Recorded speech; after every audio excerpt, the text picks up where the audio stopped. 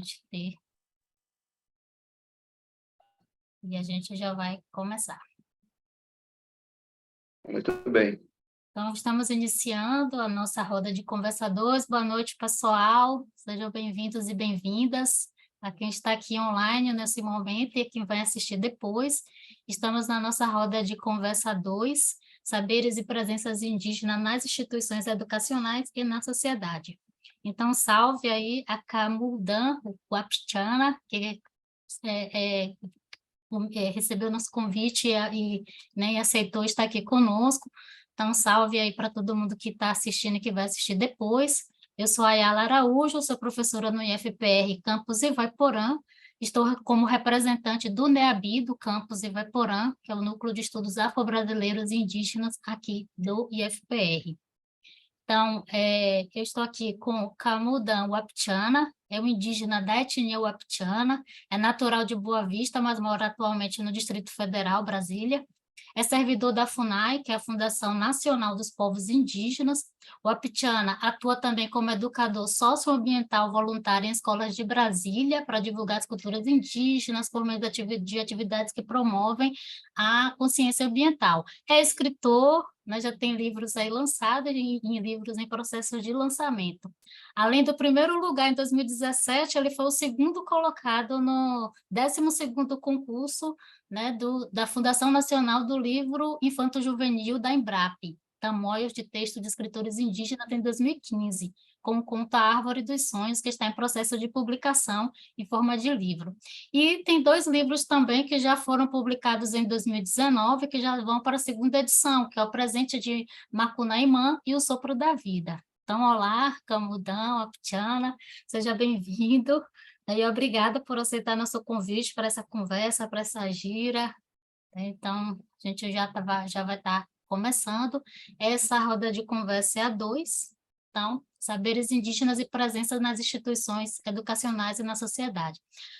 Um destaque aqui importante é que quando a gente fala de presenças indígenas nas instituições, a gente está falando de aceitar, conviver com essas identidades diversas que os indígenas têm e as vozes dessas pessoas. Não adianta apenas, né, que traga, mas que essas pessoas têm o direito de ser, pertencer e existir nos diferentes lugares onde elas estão, né? Então, para começar, Camudan, a gente percebe no trabalho, nas instituições, que ainda assim, há muito equívoco, né? Já avançamos bastante, né? Principalmente após a promulgação da Lei 10.645 de 2008, então a gente já vê aí uma mudança na cultura, né, em relação à introdução dos saberes indígenas, só que a gente percebe também que essa introdução ela ainda é com muitos equívocos, né, em relação a esses saberes, como se não fossem saberes válidos, como se fossem saberes que são opostos ao da ciência, né, conversa divergência, oposição às produções científicas, como se elas fossem mitos, como se elas fossem lendas. Então, a gente queria então, que você começasse falando um pouquinho sobre isso. E, além de falar disso, sim, o que é que a gente precisa fazer para romper isso, né? Para que essas epistemologias, os saberes, as cosmologias indígenas, elas possam ser trabalhadas cotidianamente nos processos de ensino, pesquisa, extensão e inovação nas instituições. Bom dia, boa tarde, boa noite, para quem é da noite, para quem é do dia. É uma satisfação aí, ela que está com vocês aqui, pessoal, e ajudar, né, um pouco nessa consciência, né, com os povos originários, né? Eu penso que a humanidade, por muito tempo, ela negligenciou esse fato, né, dos saberes dos povos tradicionais. Desde as invasões, as colonizações, até o presente momento, né? Tem feito isso, tem negligenciado. Agora, a emergência climática, ela evidenciou tal realidade, né? Os nossos ancestrais, eles faziam suas previsões temporais, baseadas nas suas observações, os comportamentos da natureza, tudo que se poderia modificar era de acordo com os acontecimentos do momento lá, né? E guardavam isso, a memória, né? Para chegar a esse conhecimento, eles levaram milhares de anos, trazendo informação de geração a geração, com todo cuidado e respeito, né? Nossos saberes, portanto, eles estão baseados na observação, na prática e na vivência, né? Então, essa ciência não pode dizer que são apenas mitos, como a gente estava conversando, né? São narrativas, como a Márcia Cabral está falando, narrativas indígenas, elas foram testadas também, do nosso jeito, né? A diferença é que entendemos e aprendemos que somos apenas um ser, entre tantos outros seres que existem nesse universo, né? A humanidade, ela, num certo momento da vida, ela se desconecta da natureza para poder usá-la, né, e seu benefício próprio, né? Então, nós moramos num planeta que nós chamamos de Mãe Terra, chamamos Pachamama, que tudo que fizemos contra ela se volta contra nós mesmos, né? Então, por que a humanidade não entende isso? Na verdade, eles não trazem essa ancestralidade e nem tampouco a visão que nós temos, né? Desde épocas remotas, já iniciamos nosso aperfeiçoamento de nossos saberes. A partir de busca, podemos encontrar materiais que comprovam essa narrativa. Mas esse sistema capitalista vigente não deixa nossos conhecimentos que sejam comprovados, porque a sua base de sustentação será sempre a degradação da vida, né? A degradação total e o fim desse mundo, né? Como já prevê aí nossos sábios, conhecedores, né? Nossos pensadores indígenas, né? Os povos tradicionais mantiveram em harmonia e o equilíbrio nossos ecossistemas com as suas práticas. Sabemos que a nossa saúde depende disso. Os nossos hábitos alimentares também dependem disso. Nossa cosmovisão ajuda a olhar para o futuro. Então, a única maneira de romper com essa visão, né, que nós temos ali, agora, contemporânea, é mudarmos para um novo sistema, que não seja esse sistema de destruição. Consideravelmente, já perdemos muito. E estamos numa era em que é imprescindível mudar urgentemente, já passou da hora. Então, as nossas práticas, elas têm que mudar. E não depende só de nós, depende do mundo todo. É isso que eu penso. Muito bom. O Camus, fala um pouquinho quem é você, para além do que eu já apresentei, né? Para essa questão acadêmica, de escritor, de servidor da FUNAI. Então, assim, o que não aparece no Lattes, né? O que não aparece na internet, o que as pessoas não divulgam. Então, assim, conta mais um pouquinho de quem é você, Camudão Wapchana, suas lutas, suas mobilizações, suas inserções, né? Os tensionamentos que você promove, em que Tem uma lugares coisa você importante, está. eu acho que tem uma coisa importante que o Brasil está passando, né? A gente está vivendo esse momento agora. É uma coisa que eu trago comigo, né? Que é a presença indígena em situação urbana. Olha só, né? Esse é um tema que às vezes o próprio movimento indígena ele não quer discutir isso, né? Mas a gente tem que tratar isso, né? Nós temos que conversar sobre isso, né? E isso de agora também, né? E eu queria contar um pouco isso, como você falou, né? Aquilo que a gente não vê na internet, né? Então, mas isso está acontecendo, né? A migração dos povos indígenas para a cidade está acontecendo. Sempre houve isso, né? Sempre aconteceu. Mas um pouco da minha história ela se entrelaça, né, nessa situação. Então, um dia desse eu dei uma entrevista para a Universidade de Brasília, né, para o IFB, Instituto Federal de Planaltina, e falei um pouco sobre isso, né? Aonde eu nasci em Boa Vista, né, em Roraima, e no meu entendimento de indígena, quase sempre foi que quem nasce na cidade não pertence ao povo indígena, né? Passei muito tempo me colocaram essa informação, né? Me colocaram.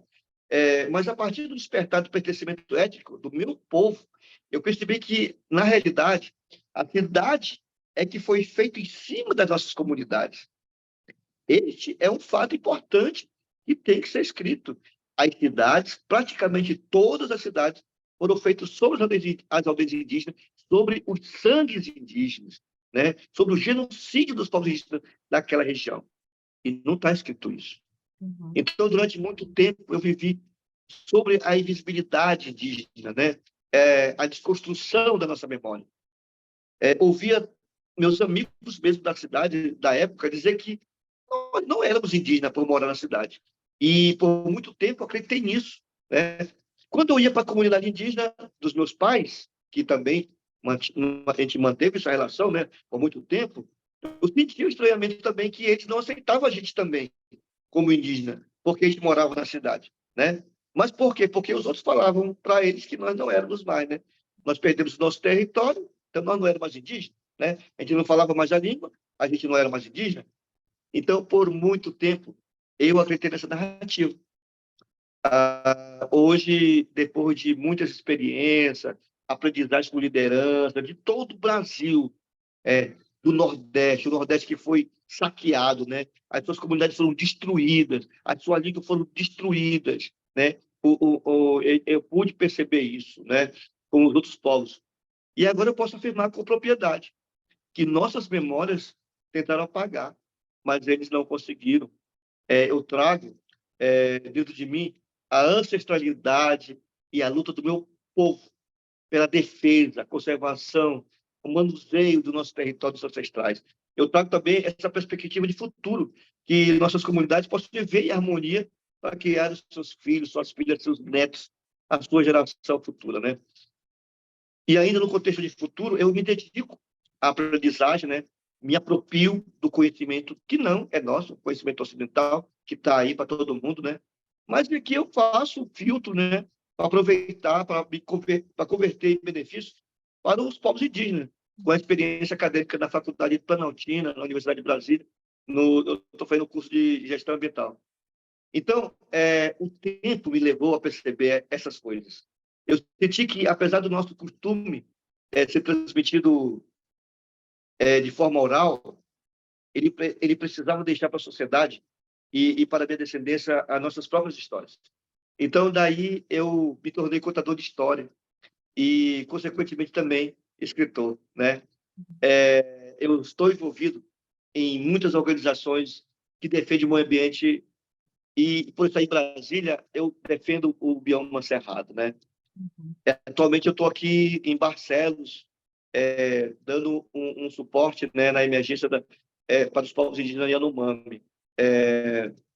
Isso tem também trazido muito aprendizado para mim, né? É um trabalho que eu senti que veio me acrescentar muito, porque é um trabalho necessário também que esses povos tenham esse olhar, né? O olhar das instituições, de toda uma gestão, para que eles sejam acolhidos dentro da cidade também. Verdade. É preciso que a gente possa se abrir, né, a conhecer, né, respeitar as identidades e as vozes, né, que estão lá. A gente vem vendo tá muito forte nesse, assim, tá caminhando uma onda aí de pesquisas e é, é, algumas mensações sobre a importância de descolonizar, né? Mas ao trazer as vozes indígenas, a gente está descolonizando, né? Porque a existência indígena e negra é um processo de descolonização constante, né? Então isso precisa ser conhecido, né? As quantidades e as diferenças entre as etnias, né? A quantidade de etnias que já foram exterminadas, outras que estão ainda, né, em processos que, se a gente não reagir, pode, né, ser exterminadas, e as várias que ainda continuam resistindo, né, entender e conhecer as aldeias que existem na cidade, mas também o que você colocou, né, que os indígenas também estão na parte urbana, não só estão na aldeia, né? Inclusive, a gente até trabalha um livro de Márcia Cambeba, que é Aicaquiritama, Eu Moro na Cidade, né? Que indígena está na aldeia e está na cidade também. Isso precisa ser desconstruído, né? Trazer essa realidade dos diferentes povos na atualidade, né? E para além do que a gente estava conversando, né? E para além de trabalhar apenas o indígena do período colonial, que ainda está na mente das pessoas, é aquele indígena que estava lá nos livros didáticos do período colonial, né? Mas os povos indígenas, eles fazem parte da nossa realidade atual, estão em diversos espaços, né? Envolvidos com diversas questões contemporâneas, né? Na luta por uma sociedade melhor, pela defesa do meio ambiente, pelos processos de industrialização. Isso precisa ser conhecido, valorizado e também se abrir espaço para essas pessoas, né? Porque a gente precisa estar em diferentes lugares, né? Não restringir esses trabalhos em datas comemorativas, né? Só abril, só agosto, né? Não é esse o trabalho que tem que ser, né? Mas estar em todo ano, né? E principalmente que isso possa fazer parte de todos os documentos institucionais, né? E a gente está falando aqui da educação, mas em todas as instituições como um todo, né? E os gestores, eles se responsabilizarem institucionalmente por isso, né? Garantir que isso realmente seja efetivado, né? E, se possível, também disponibilizando espaços, disponibilizando recursos, né? Implantando as políticas de ações afirmativas que são essenciais para servidores, para alunos e tudo mais. Que isso possa fazer parte da política institucional, né? Como compromisso ético-político das instituições. Então, você já até adiantou um pouquinho, mas eu te gostaria agora que você falasse sobre seus livros, né? Assim, você tem alguns livros publicados, eu queria que você falasse um pouquinho sobre eles e outros, assim, que você quiser falar, de alguns outros autores que você indica do trabalho, por quê? Para serem Ah, conhecidos, divulgados, socializados. eu adoro a Márcia Cambeba, né? A Márcia, nossa, ela é muito boa assim, no que ela escreve. Eu acho que essa chegada dela para a questão do urbano também me cativou, né? Então, eu uso muito o trabalho da Márcia, inclusive o poema Índio Eu eu não Não Sou sou. Índio, né? Uhum. Índio não sou, né? Então, eu começo a minha narrativa com essa. Já chegando, índio não sou. Então, só daí você pode passar o dia todo falando sobre essa questão. Como assim? Então, ela começa a dar uma aula de história. Cada ponto você vai pontuando ali, né? As coisas que a gente aprendeu errado, né? Entendeu? E isso é muito bom. Durante essa minha trajetória aqui de literatura indígena, eu conheci Daniel Munduruku, conheci o livro de Ecopé, Cristino Apixana. Cristino Apixana ele foi meu professor de música, né? Ele dava aula na escola de música de Roraima. Eu peguei a aula com ele, ele era bem jovem, eu sou mais velho que ele, né? Então ele foi meu professor, bem jovem ainda e tal, né? Conheci Márcia. Márcia, ela escreve para mim no meu quarto livro. No meu quarto livro, A Ciranda da Roça, Márcia Cambeba, ela também faz uma pontuação lá para mim. Nossa, eu fiquei muito agradecido por ela ter escrito, né? Isso aí. Helena Potiguar nem se fala, né? Foi uma precursora, né? Começando assim a questão afro-indígena, né? Então ela chega com essa potência que está ali, depois, né? Vai cheio de prêmios, né?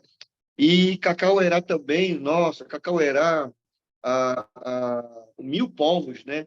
Caramba, esse é um clássico que para começar a entender ali as coisas. Então, nós temos mais de 50 escritores indígenas aí no Brasil. Fique à vontade para procurar eles, né? Buscar esses conhecimentos ali. Além disso, tem filme, tem documentários, tem tudo mais. E também tem as mulheres que estão retomando, né? É o Mulherio das Letras. Não sei se você já ouviu falar, né? Se eu não falar delas, vão ficar zangadas comigo, né? Mulherio de Letras está dando um show ali, né? Fazendo a retomada da sua ancestralidade. Estiveram agora em São Paulo, no centro de São Paulo, né? E aí tem muitas outras pessoas também começando o seu trabalho, né? Eu fui agraciado com esse presente de poder contar a história, né? Na verdade, eu nem me considero escritor, sou contador de história, fazia isso voluntariamente nas escolas, e primeiramente eu falava dentro da comunidade, né? Eu contava história na comunidade quando as pessoas iam visitar a gente, então pediam sempre, conta uma história indígena, conta uma história indígena, né? Todo mundo queria ouvir história. E eu, com o tempo, eu cansei, né? Cansei e terminou também as minhas histórias que eu sabia, né? E aí eu comecei né, falei, não, vou contar as histórias agora que faz parte da minha vida.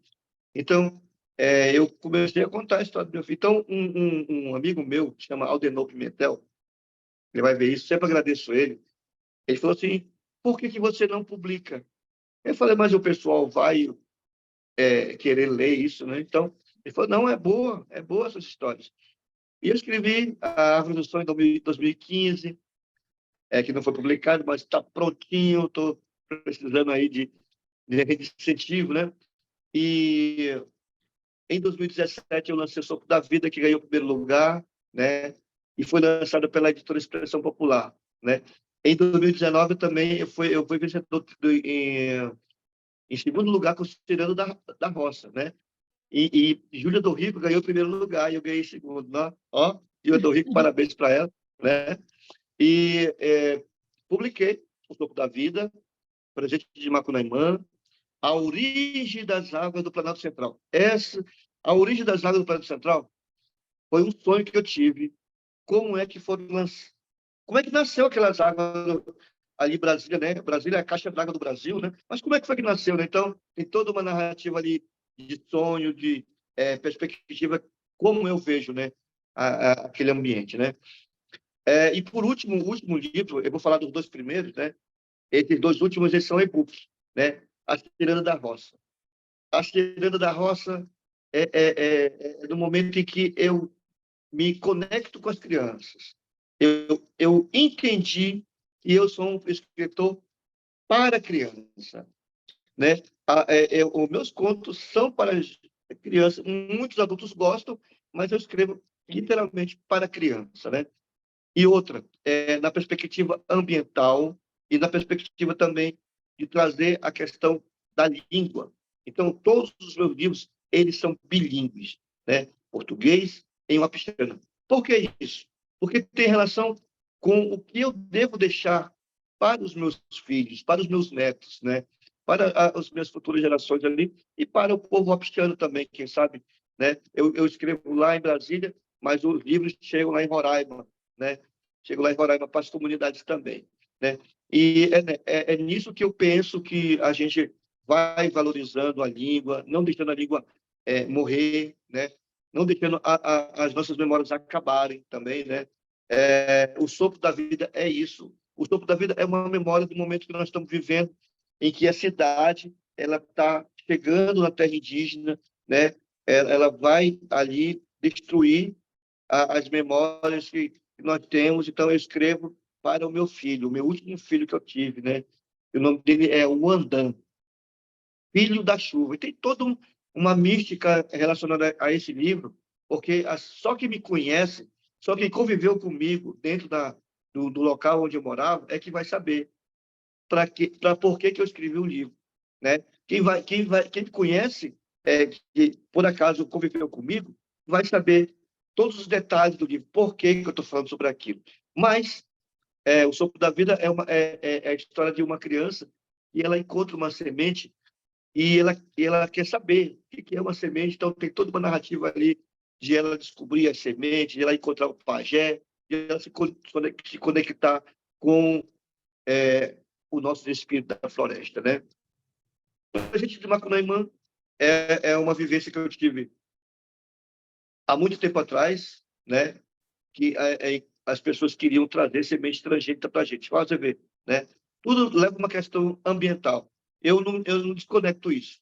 A minha história, a questão ambiental e a questão da língua. Eu não faço essa distinção ali. Elas estão juntas todo o tempo. Todos os livros, eles são assim, fazem parte da minha própria vida. Muito legal. Inclusive, o que você falou que é do nome do seu filho, né? A importância de London. plantar, a importância de plantar, né? De preservar as sementes, de plantar, né? De ter esse tempo de tempo de plantar, de cuidar, de colher, né? Muito, muito interessante o que está lá no livro. É importante que seja trabalhado também, né? Ser divulgado essas questões. Então, estamos partindo para nossas considerações finais. Já. Antes, um recado, esse encontro ficará disponível nas redes sociais do NEABI e FPR Ivaiporã, tanto no Facebook como no YouTube. A gente está subindo todos os vídeos para o YouTube também. Então, quem tiver interesse em certificado pode acessar a qualquer tempo, até o final de 2023, preencher o formulário com os dados e responder, nesse vídeo aqui, responder a seguinte pergunta. Comente o que você achou das importantes contribuições aqui trazidas por Camudam Apchana, o que mais chamou sua atenção, né? Então, traga aí para a gente, né? A gente aguarda as considerações de vocês. Então, vamos já partindo, deixa eu só olhar aqui se tem alguma questão, mas assim, a gente já vai partir para as considerações finais. E, Apchana, eu queria que você deixasse, assim, tem algumas perguntas aqui. Deixa eu ver aqui se não. Sempre tem uma perguntinha, né? Olha, tem aqui algumas perguntinhas. Quais são os principais desafios enfrentados pelos povos Wapixana no que diz respeito à inclusão e ao reconhecimento de seus direitos? E o que podemos fazer e o que podemos contribuir para superar esses desafios? Aí tem uma outra que eu acho que tem a ver também. Como a sua tribo, os Wapixana, que no caso os povos, né, etnia Wapixana, tem buscado preservar e transmitir suas tradições culturais em um mundo cada vez mais globalizado. É, a gente está sendo tal momento, um momento que nós temos que entender os povos indígenas, né? Eu sempre tive isso comigo. A cultura, ela é dinâmica, né? Não importa, você vai ser impactado, né? Não importa. Agora, o que nós temos que fazer com isso? Com essa informação de que nós vamos perder muitos espaços, o que nós estamos fazendo? É fazer a mesma coisa que eu estou fazendo. Eu estou escrevendo, eu estou deixando um legado, estou fazendo na língua, né? Apesar de estar em Brasília, não estar convivendo com o meu povo lá em Roraima, eu estou deixando um legado para eles, né? A minha tradutora, que é a Nilzimara, ela pega todo o material e leva para a comunidade.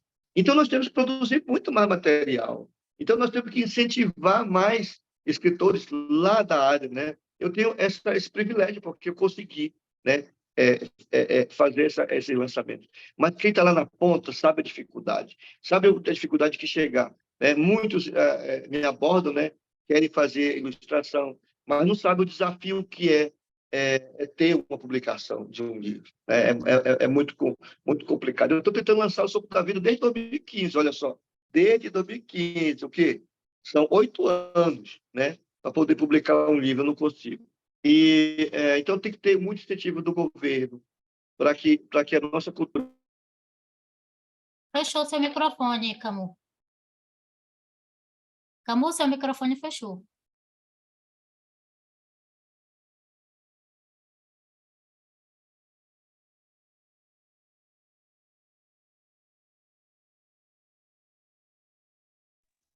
da programação. Voltou. As jovens que foram jogar, os jovens que foram jogar os jogos escolares em Roraima, eles foram xingados, né? Os outros estudantes que estavam lá na torcida, só porque nós conseguimos chegar à final de uma competição, graças a nossos esforços, nós fomos xingados, dizendo que a gente tinha que voltar para nossas aldeias, dizendo que nós tínhamos que ir fazer farinha. Olha só o constrangimento de não entender a valorização dos povos indígenas, né? A gente precisa acabar com esse preconceito. É inadmissível no momento em que nós estamos, em que há pessoas que influenciam isso, né? Instigam essa violência contra os povos indígenas. Então, nós temos que acabar com esse preconceito. Nós temos que valorizar mais. Hoje, eu gosto de assistir, eu gosto de ler, gosto de assistir muitas histórias, né? Ver histórias. Eu sou apaixonado por histórias, né? Eu gosto de ouvir. E tinha uma historinha em que um sapinho, ele cai num buraco. E o amigo dele também cai no buraco. Os dois caem no buraco. E os velhos, né, os anciões, os mais velhos, começam a falar, não, ele é muito alto, ele não vai conseguir pular. Ela falou, olha, desista, né, não pule, não salte daí, porque você não vai conseguir, não.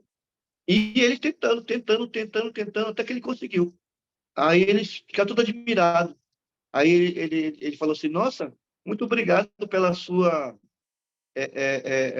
a sua valorização, né? Obrigado pela sua valorização, pelo seu incentivo. E aí eles ficaram olhando para o outro assim, que incentivo que nós damos para ele? Não deu incentivo nenhum. Mas o sapo era surdo, ele não ouviu eles, né? Entendeu? A gente não tem que também ficar ouvindo os maus conselhos, que dizer que a gente não pode, dizer que a gente não pode assumir tal posição, a gente não pode chegar no cargo, numa função, a gente não pode ficar a mercê desses comentários, não. Então, o meu recado é para esses que falaram isso, que eles percebam o mal que eles estão fazendo para uma futura sociedade que pode salvar a vida deles, que pode ser um médico, que pode ser um doutor, que pode ser um advogado, pode ser o que quiser ser, né? Mas o mal que está fazendo de não incentivar os povos indígenas a melhorar ainda mais, né, o seu povo, né? Uhum. Eu queria dizer também uma coisa muito importante que está acontecendo no momento agora no Brasil, né? Então, conheça os povos originários, conheça as suas lutas, conheça o seu legado, conheça a sua ancestralidade. E outro, nós estamos num momento decisivo no STF, que é contra o marco temporal. O marco temporal é nocivo para todos os povos indígenas e também para a sociedade. A gente começa falando sobre a questão do nosso ecossistema. No nossos territórios que estão preservados os maiores ecossistemas do planeta. Mas isso já é comprovado, isso é ciência. E o marco temporal ele vai incentivar mais invasões no nosso território, vai incentivar mais destruição do meio ambiente, vai destruir também, né, os conhecimentos ancestrais. O marco temporal é o nosso genocídio, né, etnocídio. Então, não deve ser aprovado, então não ao marco temporal. Esse é o recado que eu quero deixar para vocês. Ok. Nós tivemos mais duas perguntas, mas você já acabou contemplando, que é a questão de como aprender com a sabedoria ancestral para enfrentar os desafios, né, socioambientais, em relação à sustentabilidade e à natureza, que você já acabou falando, e sobre a questão da perpetuação até hoje dos estereótipos indígenas que ainda continuam na sociedade. Então é isso, vamos finalizar. Então, quem quiser o certificado, comente o que você achou das importantes contribuições trazidas aqui por Camunda Wapichana, né, o que mais chamou sua atenção. Então, vamos finalizar. Então, como indígena, como brasileiro, você gostaria de falar mais alguma coisa, deixar mais algum recado para quem está assistindo, vai assistir depois? Camu. É, pois eu termino a minha fala com esse pensamento, né, para o povo brasileiro. E conheça, né, mais os povos originais, conheça de seu território, os professores, né, ali, conheçam quem são os seus alunos indígenas, aqueles que querem fazer alguma prática em prol dos povos indígenas. Primeiro conheça o seu território, depois vai avançando um pouquinho mais para o Brasil todo, né? No Brasil todo são mais de 305 povos, né? Ainda tem os povos que não querem ser encontrados, povos de isolamento voluntário, mais de 234 línguas. Então, nós temos no Brasil, né, plural, assim, com muita cultura. E eu gostaria de terminar assim, nisso aqui, dizendo não ao marco temporal. Ok. Então, obrigada, viu, Camudão? Obrigada mais uma vez, obrigada a Luiz Carlos do Secum, que também me indicou o seu nome. Foi muito bom lhe conhecer, importantes contribuições, né? Então, que isso aqui vai ficar disponível, né? A gente vai deixar nas redes sociais do NEABI e vai incentivar, né, para a busca, a procura. E é isso, muito obrigada. Então, nós vamos Obrigado. finalizar. Eu vou parar aqui a transmissão. Tá. Até mais. Eu vou atender uma pessoa aqui rapidão.